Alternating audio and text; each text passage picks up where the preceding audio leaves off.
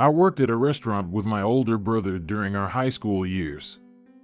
It was a really small restaurant in an outlet shopping center. We were both waiters there, but since the place was small, we often helped out all around, doing dishes, deliveries, or whatever they needed. But after just a year of working there, my brother graduated high school and chose to go to college, so he quit.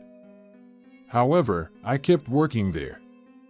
This happened a few months before I eventually left the job. It was Friday, so I was working a later shift than I usually did on other weekdays. The restaurant was open until 12 o'clock every night, but because of school, I usually never stayed later than 8 or 9. Anyway, I was scheduled to close this night alongside the manager. Everything was pretty normal, slowing down by 8 and getting a few people picking up orders for the rest of the evening. But at 10:30, my manager picked up a phone call for a delivery. By 11 o'clock, I was driving out of the parking lot and onto the road. The address I was given on the receipt was just 8 minutes away, but as I drove a couple of minutes down the road, I got a call from my manager. I answered right away, thinking they must have canceled, but apparently, the guy called back, saying he'd given the wrong address.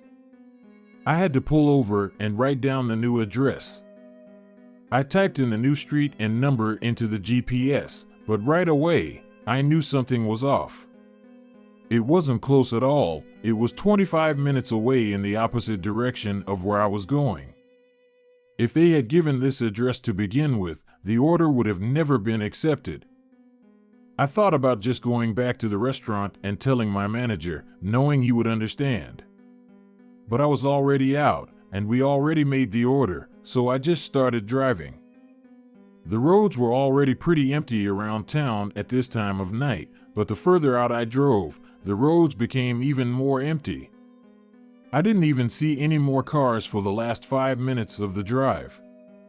I was on the far edge of town where most of the buildings and houses turned to grassy fields and trees. When I approached the road with the address, all I could see were a row of houses with all the lights off. As I drove down and past more of the houses, a few of them did have their porch lights on, but it still felt empty. It's worth mentioning that these were not the nicest houses either by any means. They were all single-story box-style homes. I pulled up to the one I was to deliver to and parked on the side, getting out with the food. I felt a strange, eerie sense as I walked up to the door. It was quiet outside, and with no street lights and barely any house lights, it was really dark. I knocked on the door and waited. A whole minute passed with no signs of anyone being home, and I was starting to get a little bit more uneasy. So, I just set the bag down and turned to walk back to my car. They hadn't paid yet, but the food was probably cold, and it was no use to me anyway. When I looked over at my car, though, a man was standing right behind it.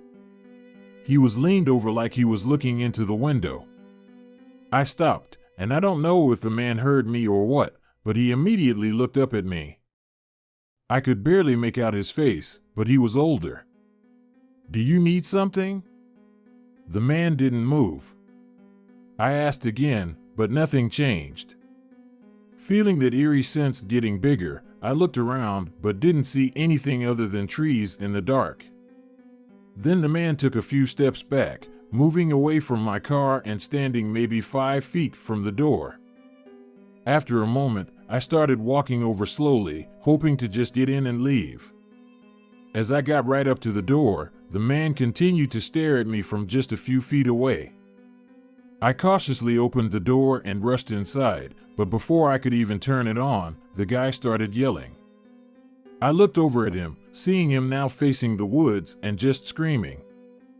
I turned my head slightly to look where he was looking, and in the woods, I could see 2 or maybe even 3 figures hurrying toward my car. My immediate thought was that this was a setup, and I needed to leave instantly before something happened. I quickly turned it on and reversed out, just as the man next to me tried to move behind the car in an attempt to stop me. I was able to get out, seeing and hearing the group of men yelling at me as I sped away. Cops were called, and although not much was able to be found, there were a few things. The house I was to deliver to apparently was a vacant property. It wasn't technically abandoned, but the owners didn't even live in the state anymore. It wasn't for sale either, it was just left as is, rotting away for the past decade. The caller that placed the order is unknown, but the initial address he gave seemed to have no significance. Who the group was, what they planned to do, and so many other things are left with no resolution. But I'll probably be wondering about it for the rest of my life. After all, had anything played out even a little bit differently, I may not even be here right now.